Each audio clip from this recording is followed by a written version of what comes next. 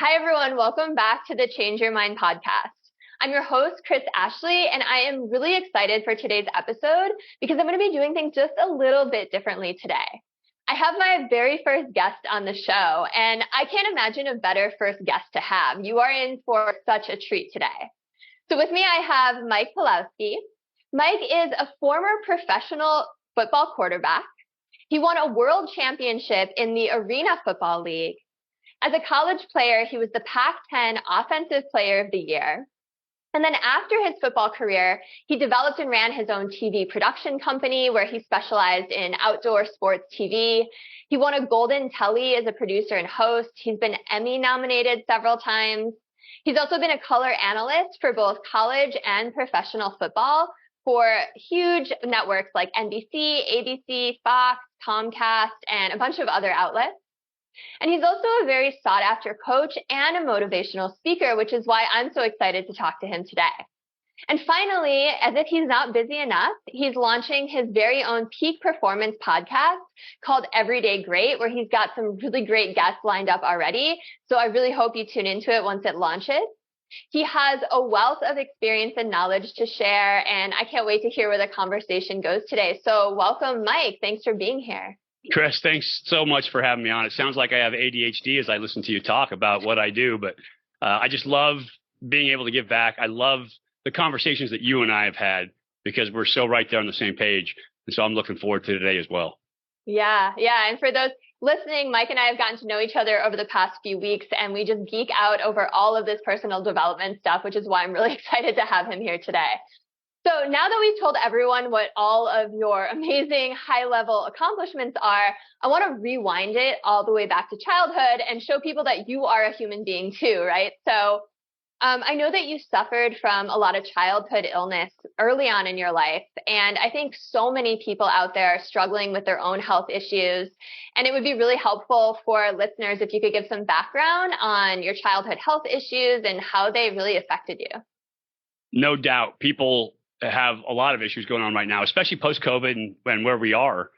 Yeah. I actually, when I was born, I spent the first 30 days of my life in an incubator. And I was born with pneumonia. And so as a child, I was tested for cystic fibrosis. And back then, the tests weren't as modern or as conclusive as they are today. But it tested as inconclusive back then. Later on in life, after a sinus infection and several surgeries, they figured out that I actually have cystic fibrosis. Now, it's not as severe as a lot of the kids that you're seeing that end up dying as a result of it, right? You have bad outcomes as a result of the very severe cases of cystic fibrosis. But I had it, and so it caused me to have pneumonia essentially every single year of my youth life when I was a kid, from the time that I was born up until I was 16 years old. And there were 3 times in particular that doctors told my parents that if I made it through the night, I would probably survive. And as a parent, that's brutal to hear that. But as a kid, it left me in this state of constant fear, scared of getting sick, scared of ending up in the hospital, because I would literally have to spend 10 days to 2 weeks inside of an oxygen tent, separated. So here's a young kid who, as a baby, was separated right at birth. And you and I have talked about it, but people need human connection, especially when they're infants. They need to have that connection to their caregiver. They need that security from it. And I was separated early on. And then every year I would be separated again, completely apart from my mom, my dad, who, my parents were phenomenal people. I could not have been more fortunate to have the parents that I had. And their connection is a huge part of what got me through it. But that illness obviously has an effect. It leaves a mark. There's a great book out there called Your Body Keeps the Score. And it talks about these traumas that you endure, whether, I know your personal story, obviously, from your fantastic book. I know, a lot of people have different traumas, be it a socioeconomic trauma from where they grew up, be it at the hands of family, be it at the hands of a stranger, be it at the hands of illness, whatever it is, we all essentially end up with traumas that affect our lives in some way, shape, or form. And so dealing with that trauma and as a young kid, trying to get through that and make sense of it, you start to become, and it's a term that we'll talk about a lot today, hyper vigilant in terms of the injuries, the illness, and everything else that's affecting you. And it affected me in a big way when I was younger. I can't even imagine as a child how terrifying that must have been, being put in the hospital, separated in an oxygen chamber. That sounds really, really traumatic and really scary. How did you overcome those illnesses eventually? Like what helped you overcome that? Because you're doing great today, right? Right. Doing great today. And it's a super point. It is scary. Nobody ever said to me when I was a kid, by the way, if you make it through the night, you'll probably survive. Like nobody's going to tell a 10-year-old or a 7-year-old that. But I can see the look on my mom's face when the doctor's talking to her. I can see that concern. And people are absolutely genetically designed to read people's emotions, to be able to connect through facial expression, through tonality, through even in your neck, the tension in your neck.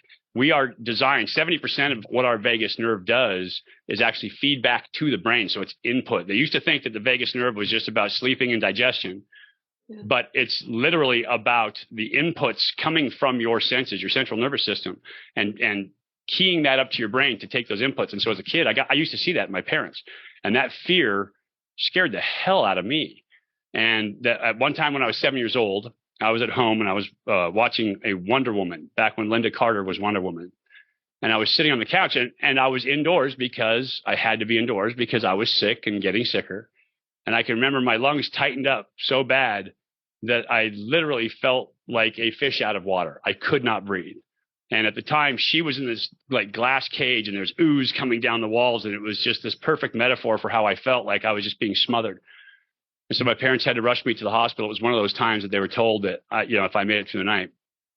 And they decided on that trip, they're like, we're doing something about this. And so they put me in sports. They talked to the doctors, and the doctor said, this is the 70s. And the doctor's like, yeah, I guess sports will probably help, and get them breathing harder. And so they literally put me in every sport possible. My mom was a beautiful German lady, fantastic. She was, speaking of trauma, she survived World War II. She lived in 6 different countries during World War II, all over Europe. My father was a former GI, former paratrooper, badass, 82nd Airborne. Wow. And so it was kind of the perfect mix of my mom was the mama bear, and she was tough, and she had, some thick skin from her history in her youth. My dad was tough paratrooper, but they were both incredibly loving people. And so my dad was really big about pushing me out there. And then my mom was really big about giving me a hug when it hurt.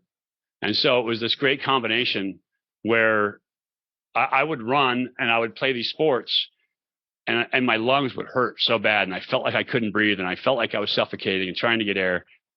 And it was so bad at points that I would cry and my dad would be like, way to go, way to tough it out, son. And I could literally see the look on his face like, that's my boy, and so that pride from my dad that I could see, that I could read, made me want it more. And then in discussions with them, it was, well, this is making you better, right? So this became my armor. Overcoming the illness, sports was my armor in protecting me from going back to the hospital again. And every time it hurt that bad, mom would give me a hug and some love. And and so I had this perfect combination of parenting that pushed me out, helped me develop grit, helped me develop that growth mindset, at the same time nurtured me enough to make me feel safe, which is what I needed. And by the time I was 16, I did not spend another night in the hospital for pneumonia because I had strengthened my lungs. But it was soccer, baseball, basketball, football, track and field, swimming, diving, like you name it. I was surfing, I was skiing, everything. If there was a sport that could make me breathe hard, my parents put me in it and fully promoted it. And I got to love it. And it became my identity in that, obviously I had a genetic predisposition to be able to play sports. You can't get to the levels that I got to without that. But at the same time, emotionally, I had a hole to fill. It was the fear of dying, essentially that fear of being sick again. I did not want to spend another night in that oxygen tent. And so I used sports to overcome that fear. And it was a big one. And it was armor at that point. I'm sure we'll talk about it later, but it was armor. It was holding things off for the moment. And it took a whole evolution in my life later on down the road to kind of reconnect to myself. But it was great for me in my youth. It helped me to get to the pinnacle of sports, playing professional football. I was in the NFL for a couple of years, playing in the CFL, and had a great career athletically. That's what amazing foresight of your parents, like to even think of that. That's so incredible. And you touched on something. You were talking about how painful it was. What does it take on an emotional level, on a mental level, to get out there and run, even though you're in so much pain and there's so much fear? And I mean, I'm sure when you started, there was still this fear of, I don't even know if this is going to put me back in the hospital, right? I don't even know if this is something that's going to hurt me or make me feel more suffocated. So can you talk a little bit about that? Because I'm sure you built some mental and emotional stamina throughout that process as well. This is Angela Duckworth talks about developing grit, which is doing the little things every day, even though it's hard. And that was the hard part, getting through that stuff. And you have to attach emotional belief to it. If I believe that this is going to make it better, not just I think it is or I feel like it's gonna, you have to absolutely 100% believe this. And this is, for me, I believe in the law of attraction, but I believe it in more of a mechanical sense, in that it's not a magical, thing out there happening to us. It's us tuning ourselves up to that level where when first we want it and we start focusing on it and we start to manifest it by doing the things it takes to make it happen. So I wanted to get better. I knew this. I knew that when I ran hard, it hurt my lungs. My lungs were the organ that was the problem for me when I was ending up in the hospital with pneumonia. And so if I was doing something that was going to affect my lungs that didn't put me in the hospital, I felt like it was an improvement. And so if I could get them to expand, if I could get them to function better through this, even though it hurt, I believed that was going to make me better. And so that was a huge piece of it. I love the reward of success, of winning, of being a really good player, no matter what sport it was, of learning new skills. I was always a learner. I love learning new things constantly. And so I constantly read. Playing new sports is a great way to learn new things because there's no end to the skills that you can pick up over the course of your career. And so that mindset of I'm going to tough it out. My dad used to love that. One of his favorite sayings was rub a little dirt on it, because he used to jump out of planes, for God's sakes. Yeah. And so he was pretty damn tough himself. And he brought a lot of that to me. I actually asked him one time, because I was hyper competitive. And I've had an epiphany recently, but I asked him, I'm like, what did you do to make me so competitive? And he said, I have no idea. You just had it. It was just in you. I think the competitiveness came from, I was always trying to stay out of that hospital bed. That's what it was at the time. I didn't recognize it really till this year, but that was what drove me. It's like Tony Robbins says, if you give someone enough leverage, they will change. Right? And that was your leverage. You needed that. That was totally my leverage. Yeah. And again, I could have, had they at the time said, ooh, this is cystic fibrosis, that probably would have shut all of that down. And the truth is, it was cystic fibrosis. Yeah. But we didn't give it the power to shut me down. We said, we're going to fight through this anyway. Now, obviously, like, it all depends on the level. I didn't have an extreme case of it, but the mucosa in my body was so thick that I couldn't clear it. And it led to 6 different sinus infections. It led to other physical problems. It led to lung issues. It's had some other issues with me, but we didn't let that become the obstacle that held me back. Marcus Aurelius, who was, one of the Stoics, great Roman emperor, wrote, sometimes the thing that stops you, and I'm paraphrasing here because he wrote it much better than I did, but sometimes the thing that stops you becomes the way. Sometimes the disease becomes the way. And in this case, the disease became the way, because in overcoming that, I turned to sports. And as I turned to sports, that became the way for me. That is what got me out of that obstacle. And so it was a huge piece for me back then. And I think oftentimes people don't even realize when they're going through it that that's the piece, but that's what it became for me. And it took retrospect and hindsight and perspective to be able to tell. I love that you said that if you had known it was cystic fibrosis, it might have been different. And I also love that quote, it becomes the way, because so many people identify with their disease, right? They're told you have this thing and it becomes their identity, and not even on purpose, right? They're told they have it. Everyone's saying this, and it becomes this thing, this loop that just plays in their head. And pretty soon they're like, I'm a victim of this thing, right? It almost worked in your favor, that it was like, your lungs are weak. We just need to strengthen them, right? If everyone could just have that change in perspective, how powerful would that be? That is such a fantastic insight. It is really, that's so good. And it's your book, right? It's change your mind. It's change your perspective. This is what you write about. Yeah. In that everybody faces hard times. Here's the thing about the human experience that everybody wants. Everybody wants it easy. Yeah. But nobody ever gets it easy. Even the Trustafarian children of super rich parents, if they don't face obstacles, if their parents don't present them with obstacles to overcome, if they don't find times in life where they have to fight, they will create their own problems, because it's the human nature. Think about the kids who are going to have all the money in the world who become drug addicts or who get into other problems.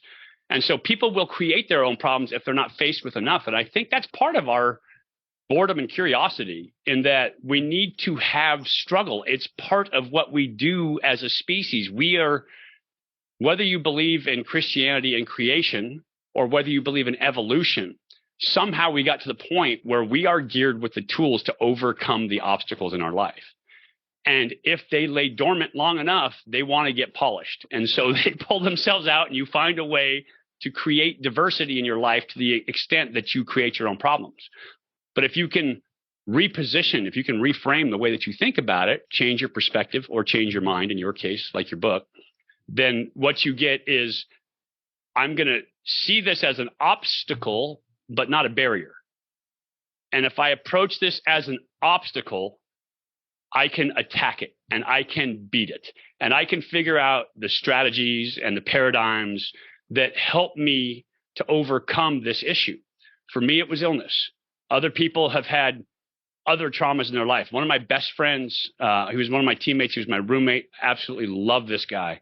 Grew up in the inner city, Watts, and had to join a gang in order to survive when he was a kid, and got to see all kinds of horrific shit. And I apologize for cussing on your channel, but that's the only way you can describe it. Yeah. And he survived it. And not only did he survive it, his wife, who had a similar type of experience in Oakland growing up, went on to became like the regional director for Customs and Border Patrol. Like this guy, I can't tell you how proud I am of this guy. He and his wife own travel agencies. They own several rental properties. His wife went on to become one of the top people in the LA school district, like superintendent or right below the superintendent, and just phenomenal people who could have very easily said, oh, we can't get there because our socioeconomics didn't allow us to get there, and that's it, and we're victims. Yep. And they didn't. It was an obstacle for sure. We all face obstacles. Yeah. But they didn't make it a barrier. And so they overcame it to become great. And they are both such phenomenal people and so deserving of it. But there's so much victimhood out there today. And people are trying to teach victimhood. And I don't care which side of the political spectrum you're on. If you are telling people you are victims, you are taking away their power. And so if you claim to be an advocacy group and you are saying, ooh, you're a victim, you're not an advocate. You're one of the people who's oppressing somebody else. You are never a victim until you allow yourself to become a victim. And yeah, there are bad circumstances. As a kid, I almost died 3 times. Bad circumstances, but I wasn't a victim. I wasn't a victim. It was an obstacle. And I think that's what people need to learn, is that you can overcome anything if you have the perspective to throw yourself at it for long enough and hard enough that you can find a way to get through stuff. I love everything you just said so much. And again, we like always vibe, but I love the barrier versus obstacle because one allows you to grow. And that's why we're here, right? We're here to have experiences. We're here to grow as human beings. And if we're not growing, we just become stagnant. We become stuck. We live the same, two people can live 20 years and one lives the same year 20 different times, right? Because they're not growing. The Exactly. next one, it's 20 different years because they're growing. So yes, change your perspective. Everyone has trauma. Everyone goes through things, but it's the story that you tell yourself, right? It's the story that allows you to grow. And this kind of puts us like perfect where I wanted to go with this. So, I've never played team sports, but I was a horseback rider. I'm a yoga practitioner. And so often what I tell my yoga students is, how you show up on your mat and these tools that you learn, they're a direct reflection of how you show up off your mat. And these tools that we learn, like breathing, right? How you can slow your breath down to slow your heart rate down. That's a tool that you can bring into the rest of your life. So I'm curious what kind of lessons or what kind of tools you picked up playing team sports. We already know a little bit you've talked about, but I'm sure there's a lot more in there. Yeah, such a great question. So all athletes, and like you said, for yoga, for horse riding, all that stuff, you have to be able to control your physiology. And this is where I take it, because as a pro athlete, I was always super dialed into my physiology. And maybe part of that was the illnesses growing up too, right? If I could feel my lungs were a little tight or whatever it may be, I was a little off. So I was hyper vigilant about my physiology, and I always knew it and felt it. And so when I was in college, we had a sports psychologist. Sports psychology was just becoming a thing then. And his name was Bill Koish. And we talked about things that affected our physiology, breathing, visualization, all of that. And this was way before anybody ever even suggested meditation for athletes. But the visualizations became my meditations, where I would be calm in the moment. It was directed.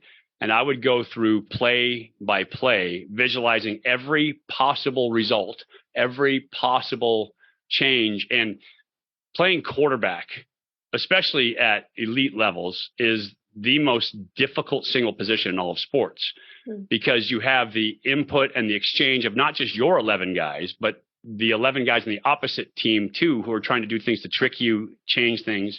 They're moving you off your pocket. You have to stay on balance, be able to throw while you're reading defenses. Like, there's a lot going on. You're smaller than the dudes out there. The big dudes are trying to eat you. And so it can be pretty violent. And it can be pretty dynamic in terms of what you have to do. And so the visualizations literally gave me the repetitions that I needed. I saw it before I did it. I already had the answer as soon as I saw the question. And so the visualizations in that regard helped me with the mental part of the game. But in terms of slowing myself down and controlling my breathing, the physiology of it is amazing, because you'll hear me talk about the vagus nerve all the time. It's the biggest piece of our central nervous system. It's the longest cranial nerve in the body. And what it does is it literally makes the connection between the brain, the heart, and the gut. And so if you hear people talking about heart coherence or heart and brain coherence, it's literally the vagus nerve that's signaling that coherence. And as a result, if you can find a way to help manage, or to help, I call it petting, to help pet the vagus nerve, to calm it down, then you improve your overall perspective. What happens when we start to get scared, or when we start to get nervous, or when we're startled, or anything else, stressed out? Our body goes into what's called fight or flight, flight, or freeze, actually. And the freeze response is more of what they call the reptilian, because it's the oldest. It's to just freeze. Oh, don't move. Nobody will see you. And so that's kind of part of it. And then the fight response is do something about it. So your body is now dumping huge amounts of hormones, from adrenaline, which is epinephrine, to norepinephrine. It's dumping cortisol. And then recently, Columbia did a study. They found that there's a hormone. Oh boy, it's called, I believe, osteocalcin.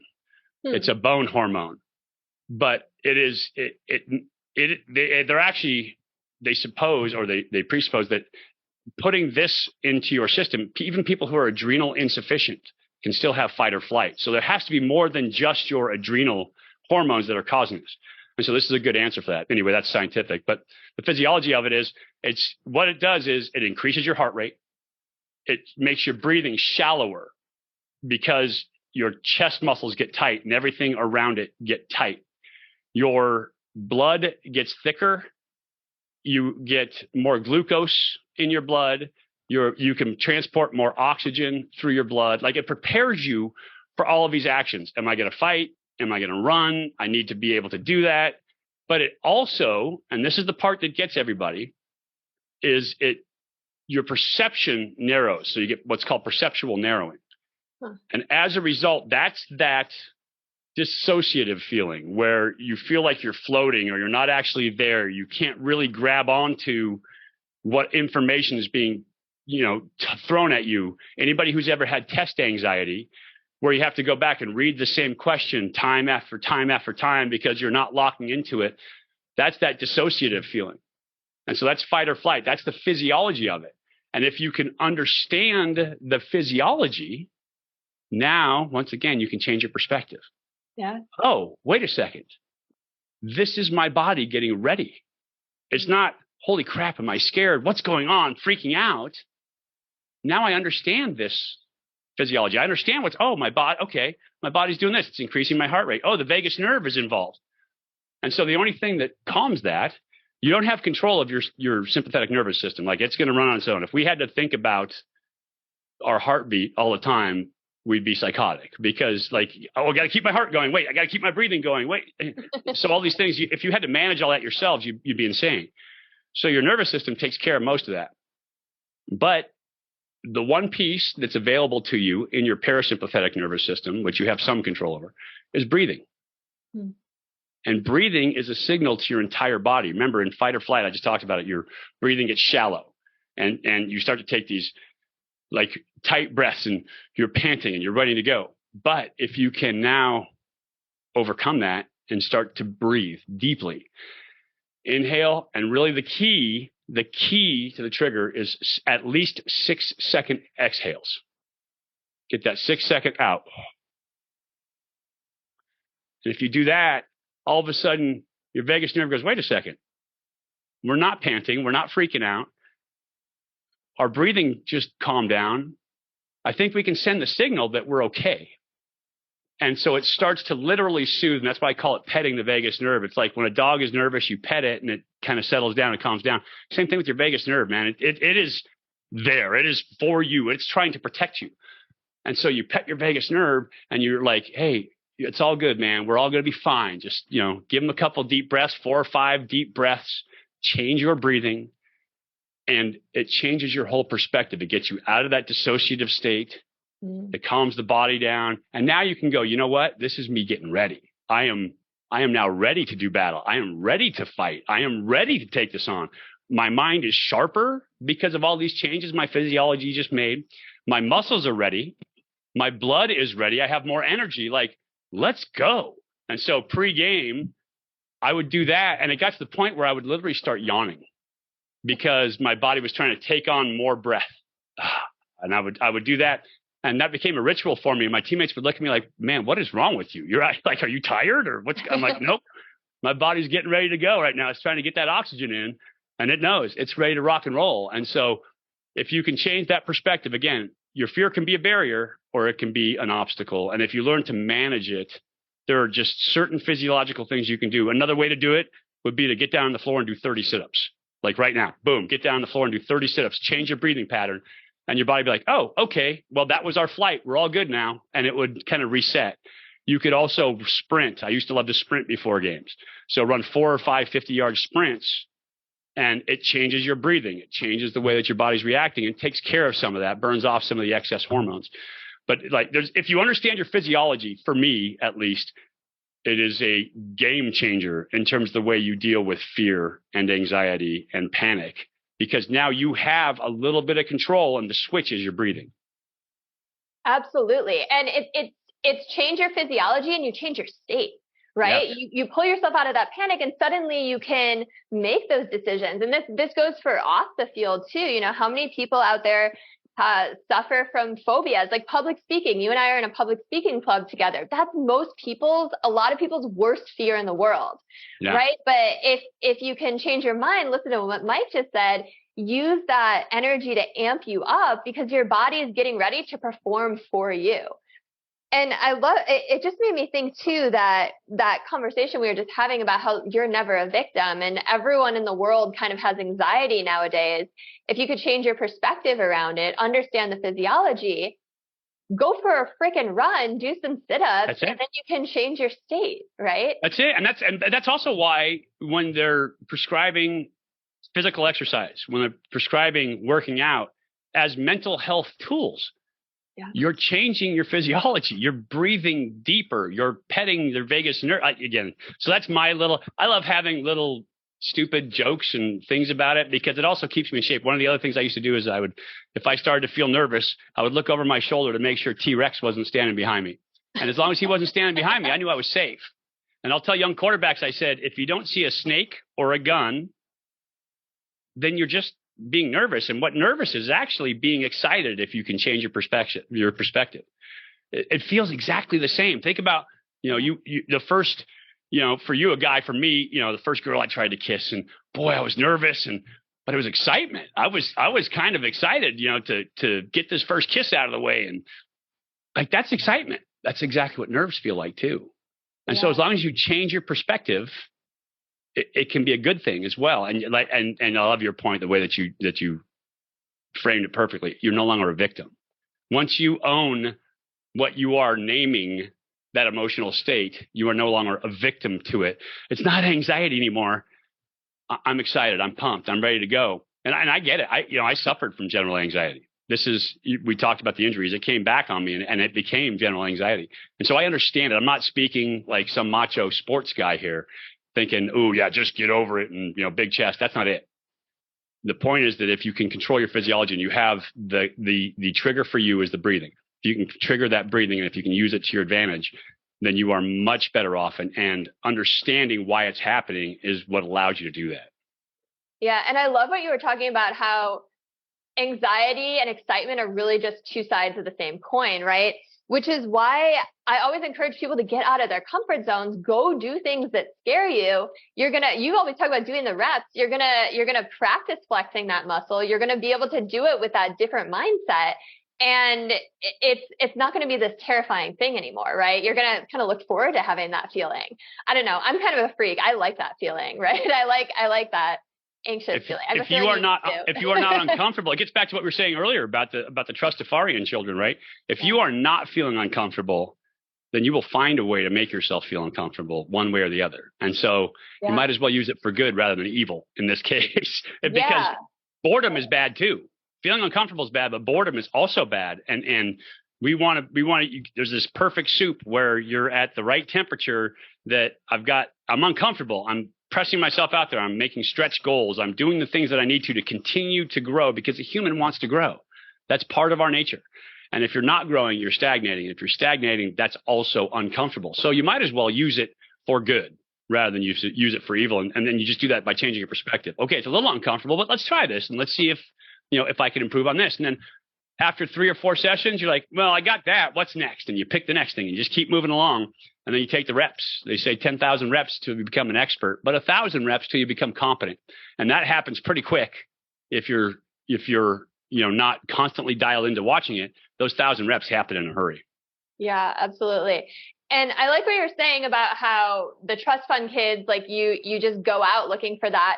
I think there's also another piece of it too, that like you said, life wants you to grow, and life or the universe or whatever you believe, God will put these difficult times in your life, right? Those traumas we were talking about earlier to make you grow. So if nothing's happening, you might as well put yourself outside of your comfort zone. Do it yourself. Don't wait for life to come like throw a wrench at you, right? Like take charge, do it yourself, feel empowered. Exactly.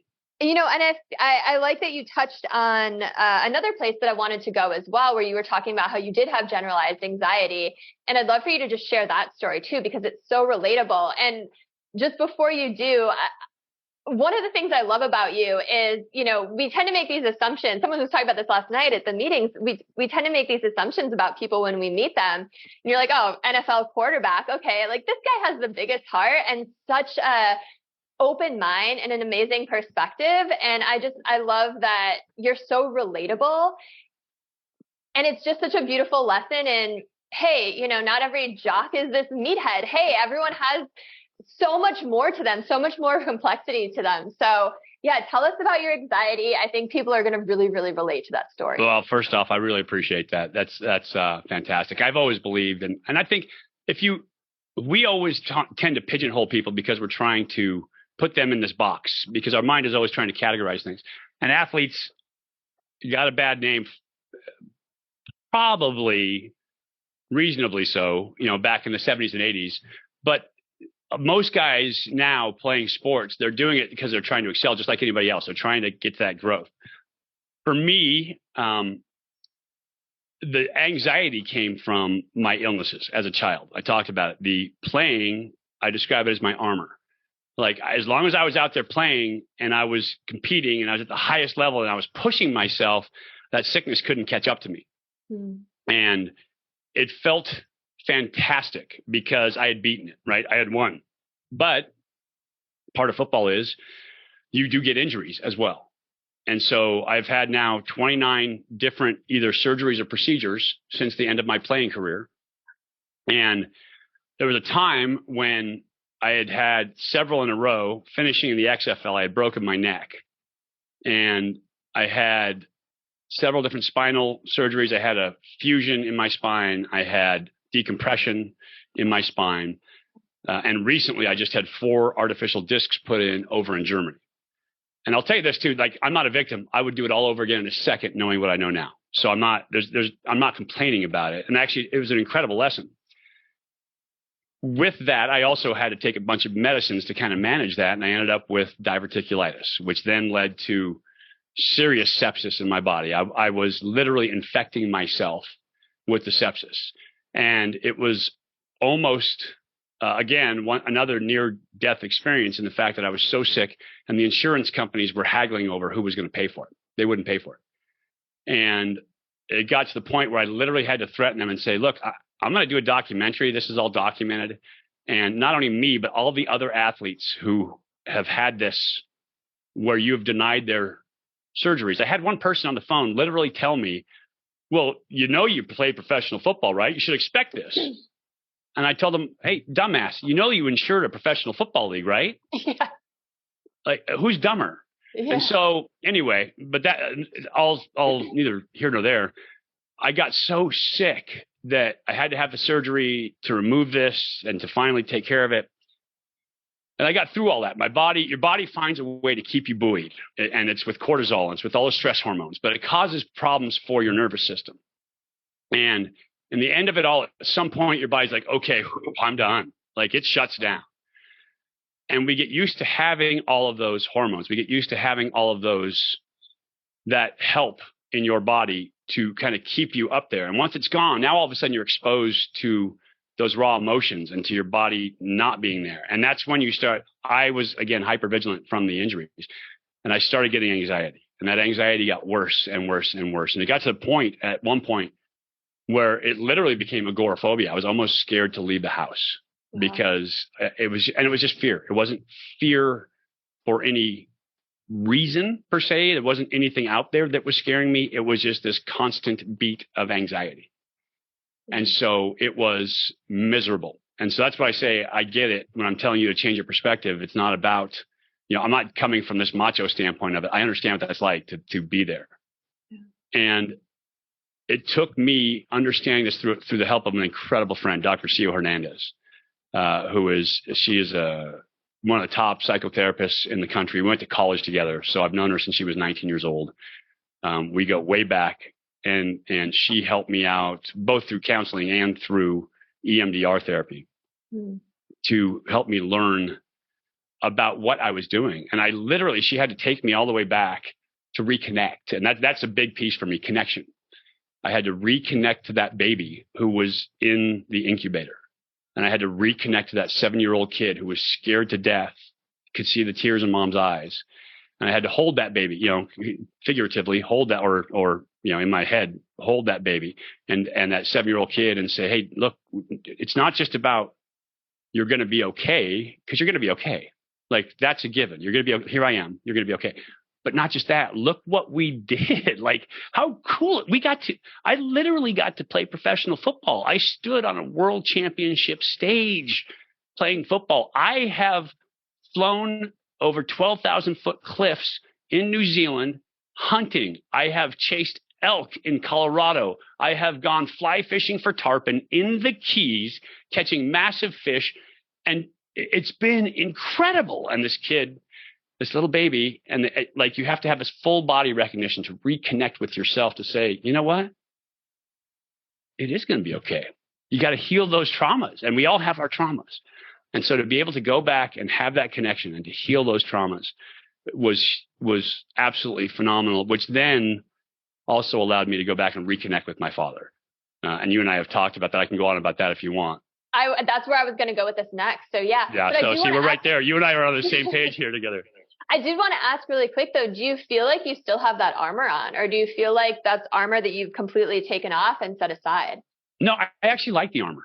I like having that because you have to keep the edge. And I think there's a way to keep the edge, because I love that. That's part of my identity. Like, that toughness is part of who I was and part of what my dad loved about me too. And quite honestly, it's part of what my mom loves about me too. My mom loves the fact that I'm a tough little bastard. And so, she loves that. But that's part of who I am. So I didn't lose it. I now know how to use it way better than I did before, and when to use it way better. So that's a huge piece of it for me. And I said I reconnected with my dad. My dad passed away in 2005 when we had all those huge rains in Southern California. My dad had a quadruple bypass, and he was 8 months out, and he was doing great. He was doing fantastic. And then we had all the rains, and they had recently had their lower yard re-cemented. The guy didn't put in drainage for him. And so my dad was literally out there digging a trench 8 months after quadruple bypass surgery. Again, he was tough. Guy. Yeah. And he always used to joke with me when we were kids. He had a tattoo. Sorry about that. He had a tattoo of a boot with a parachute on top, which is the classic paratrooper tattoo, right? 82nd Airborne. And he had that on, and he would always point it and go, yep, I want to die with my boots on, which was an old military thing, right? You want to die doing the work. Sure. And so to his credit, my dad was out there, saving the house, and he had a massive coronary, and horrible. We lost him. But at the time with me, I didn't even cry.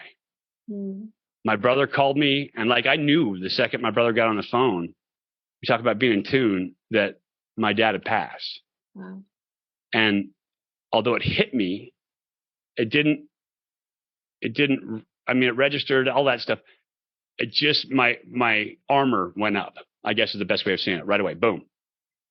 And it wasn't until this year that I was able to actually, once I got through the anxiety over my illness, and once I got through all that stuff, that I was able to get to that with my dad. And my dad was amazing. He was my best friend. He was my best advisor of all times. Dad always had the most sage wisdom because he knew me better than anybody else on that male level.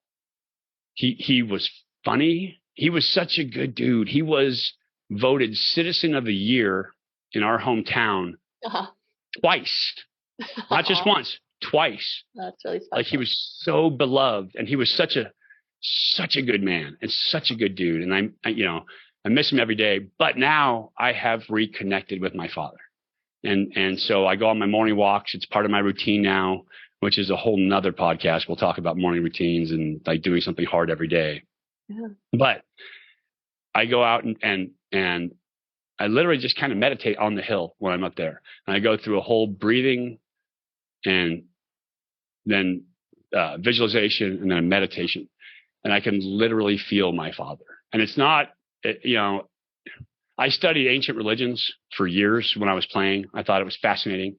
And the one thing that we all have in common, every religion, is that we all believe that there's something else out there. You can call it God, you can call it heaven, you can call it the quantum field. You can call it whatever you want to, but we all know, we feel it. We know that there is something else out there. And we all believe that you get there through breath and focus, and that prayer for Christians and prayer through Muslims and prayer and meditation for Buddhists. And like, there's a way to get to that place. And that is now how I speak to my dad. And wouldn't even call it speaking as much as I'm just now connecting with my father, and I can feel what he is thinking, and I can talk to him, and I can bounce things off him, and it's amazing. It's just been amazing to reconnect with him. And so you can call it, crystals and magic and candles, whatever you want, but I know he's there. I can connect with him, and it makes me feel about 1,000,000 times better than I did before. And it took me getting through my traumas of the illness, of kind of exposing those and healing those, to be able to get through that trauma with my dad. That's so beautiful. Thank you for sharing all of that. If you don't mind me prying a little bit more into it, I would love to just pry away. What? Pry away. Yeah, thank you. I would love to just hear about that moment, that breakthrough moment where you first connected with him, because you had gone through the EMDR with your friend, you had released that. Did you go out seeking that connection with him? Were you just meditating and it just happened? Like, I'd just love to hear the details about that. So Dr. Sio had kind of instigated it with me about my dad. She knew my parents. She got to go to a bunch of my games when I was playing, and she met my parents, and she knew them really well. And she would always talk to me about, my dad and how proud he was, and my mom and those things, to kind of establish that connection. She's a big practitioner of the polyvagal theory and connection and all that stuff. Can you explain what that is really quick, the polyvagal theory? So that's what we were talking about earlier with the breathing. There's two different sides to your vagus nerve. You have a dorsal side, back, and ventral side, front. Or maybe I think that's right. Anyway, one or the other. Sounds right. Your dorsal fin's on your back, so your dorsi's on your back, right? So, but the one or the other side, I think, is the ventral side that controls your parasympathetic nervous system. That's your connection. And so that's what we were talking about with the breathing and being connected. It's through that. And I think it was Stephen Porges who came up with the concept with that theory. And it's fantastic reading, but it's all about human connection and how we need to connect. And the connection is what brings us out of the anxiety state, the fear state. And so that the polyvagal theory is about having the two sides to the vagus nerve, and how you can, through structure, through therapy, and swear to God, CO through magic, could literally connect with me like that. Like, she had this X-ray vision in terms of being able to bring it out of people to kind of find right where you're. There's some people that are just so in tune they can make it happen. And she's one of those people that's so in tune to be able to reach people and reach me. But anyway, so she did. She used to talk to me about my parents that way. And so I was literally in her office, and we were talking about when the baby and the 7-year-old me, and like tears. Like, I could just feel the release of that anxiety of those, the babies and the young kid holding back that fear of dying. Mm-hmm. And all of a sudden it was just like, Tom, it's going to be okay. And not just okay, but look at what you guys did. And I went, holy shit. Yeah, you're right. And then it was like this, and tears coming down, and like just this amazing, I can feel it right now. I'm starting to feel that release right now. It's just incredible. And so, she had kind of triggered that with the thought of my dad in that. And I started to reinforce all of that, started taking walks. And I thought, man, I would love to talk to my dad right now. Mm. Like, that would be to tell him thank you for everything that he did. And I just meditated right there, and I went, and he was there. Like, I was connected to and he was laughing, because his laugh was like the most amazing thing ever. Like, his laugh just brought me safety and comfort every time he would laugh. And so he was laughing, and I could literally feel what he was thinking. And he could feel that. And I initially saw it as like this, I don't know if you saw the old movie Tron, but there was this wall where it's like just this grid pattern and colors. And I initially saw it like that. And then it became this cross section of this energy that And now whenever I get to that place, I can just kind of move in it.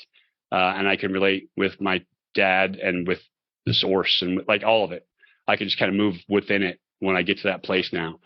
And I think like everybody else, when I meditate, sometimes I'm thinking about my laundry list, but then sometimes I'm thinking about, those moments. And when I can get to those moments, it's pretty incredible. But the first time I saw my dad, again, tears and this release and just absolute pure bliss. Like it was just magic. And it starts with having gratitude. Like for me, gratitude is the key to unlock that. Going in, being thankful for my mom, thankful for my dad, thankful for my incredible wife, like the opportunities that I've had in my life, thankful for my illness because I needed my illness to get to this point, thankful for the injuries, and like everything that's happened to me in my life has all been a blessing. And realizing that, accepting that, owning that, and using that gratitude for me is the key to then be able to connect with my dad and with the source and with everything else. That's really beautiful. I was getting goosebumps while you were talking. That's so powerful. I can feel the energy from it. And I love how you just brought it home and wrapped it all up by saying it's all been a blessing. All of the shit, right? When you look back at the end of your life, it's all a blessing. It's all for you, right? Life isn't happening to you. It's happening for you. And that's the perspective. Yeah. Yeah. That's your book, right? So that is your book. It's happening for you. Like that's why I say in your book, and I'm going to give you a little love here because your book is awesome and it talks about all this stuff from a different perspective. I come at it from the athlete. I come at it from that American male kind of perspective of big and armor and all that. But you come at it from a different perspective, and you have your own stories. And your book is incredibly powerful for those reasons that people can find themselves in your book. And after all, for what we do, trying to help people about coaching, it's allowing people to see themselves within our story that we're telling so they can find their own road then back out of our story. Because everybody has their own unique perspective, but we all live the human condition. And there's so many similarities, like anxiety is right next to excitement. Same thing, human emotions, right? Fear is the emotion of the future, but hope is the future emotion of gratitude, right? You think about that. Fear is the future emotion of anxiety and panic and lack, but hope is the future emotion of gratitude. I'm thankful for what I'm going to get. And it's just all a counterbalance. So we live these lives, we do these things that people can see themselves in our stories. And if we're good enough storytellers, they can see themselves and they can grow from that. And your book does a wonderful job for people of doing that. And so talked about me being open. That's why I love to be open. I love to give back to people because if I can help anybody, if I can help a kid who's suffering through illness, if I can help somebody who's suffering through anxiety, if I can help anybody who's having self-doubt or anything else right now, that's what I love doing. I know your heart. I know what you're about. And I know that that's what you're about too. Like you want to help people so much and your heart is massive. It's bigger than your small frame can handle. And that's a beautiful thing. And I think that, among a million other reasons to buy your book, outside of the great information contained inside of it, I just think that's a great reason for people to get it because you're out there to help people. Thank you for saying all that. That was really, really sweet. I appreciate that. And I think that's a great segue. I'd love to hear a little bit, if you could tell people about your podcast that's coming up, your coaching, your speaking, what's next for you, what's on the horizon? What are you up to? So the podcast, I have coached football for a long, long time, right? It's my nature. It's my business. It's what I do. And so I have, through that, seen the other side that what the young athlete truly needs, as much as the skill development, which they need, is the emotional development of being an athlete, and the parents as well, in terms of how to handle this. The beauty of sports is it's like life, but concentrated. The same things that win in life are what win in sports, but you don't have 2 years to hem and haw about, should I make this decision? Should I not make this decision? Ooh, am I really a victim? Are they doing this to me? Like, you got to make this decision now or else you're going to lose your job. And so you have to be so refined and you have to be so concise and efficient with the things that win. You have to clear out the junk, clear out the clutter. And then your filter needs to be what wins? How does this parlay into a victory for me? How does this parlay into me getting better? And once you have that model in place, it's fantastic. And so I call it being everyday great.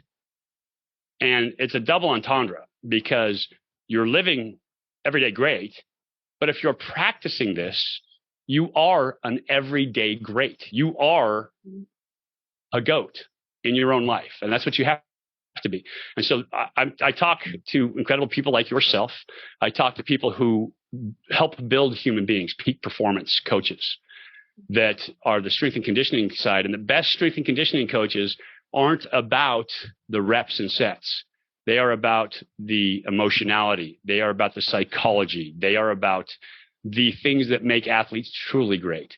And so I talked to them about it. I'm going to have great coaches like Urban Meyer, who is a national champion college coach, is going to coaching Hall of Fame guy. So there's going to be a bunch of great coaches on with me as well. I just had a great friend on who was a teammate of mine in the Arena Football League. His father was a pro first-round pick.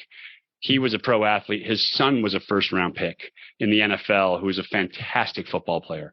And he gets the whole perspective from being the son of, to being the athlete, to being the parent of.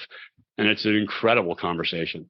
And so there's a lot of really cool people that I've been fortunate enough to get access to over the years with great stories and great lessons for everybody. But it's about being great every single day, not just in sports, but in life, because the lessons that we learn on the field and on the gridiron help people in the mainstream. And I just think that I love to give back that way. Like I said, I want people to learn from what I do. And if people learn from what I do, it helps me grow, because that sense of giving, that sense of service, that sense of helping to me brings me so much joy, because that little kid wanted to help. And I think it helps fill that for me as well, that I'm now helping that little kid that I was. That's really, really beautiful. And I love that analogy that sports is like life condensed. I've never thought about it that way, and that makes so much sense. Before we sign off, is there any way people can find you? Do you have a website? Do you have social media to share? Anything like that? I feel like I'm so overexposed, but we have we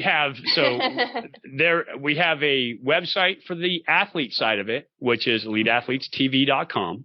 Okay. And there's a bunch of training on there for athletes, for younger athletes, linebacker training, speed training, quarterback training.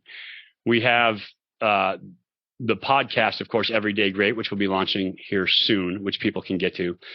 And then we're building out, it'll either be MikePawlawski.com or EliteAthletesTV.com, but we're building out the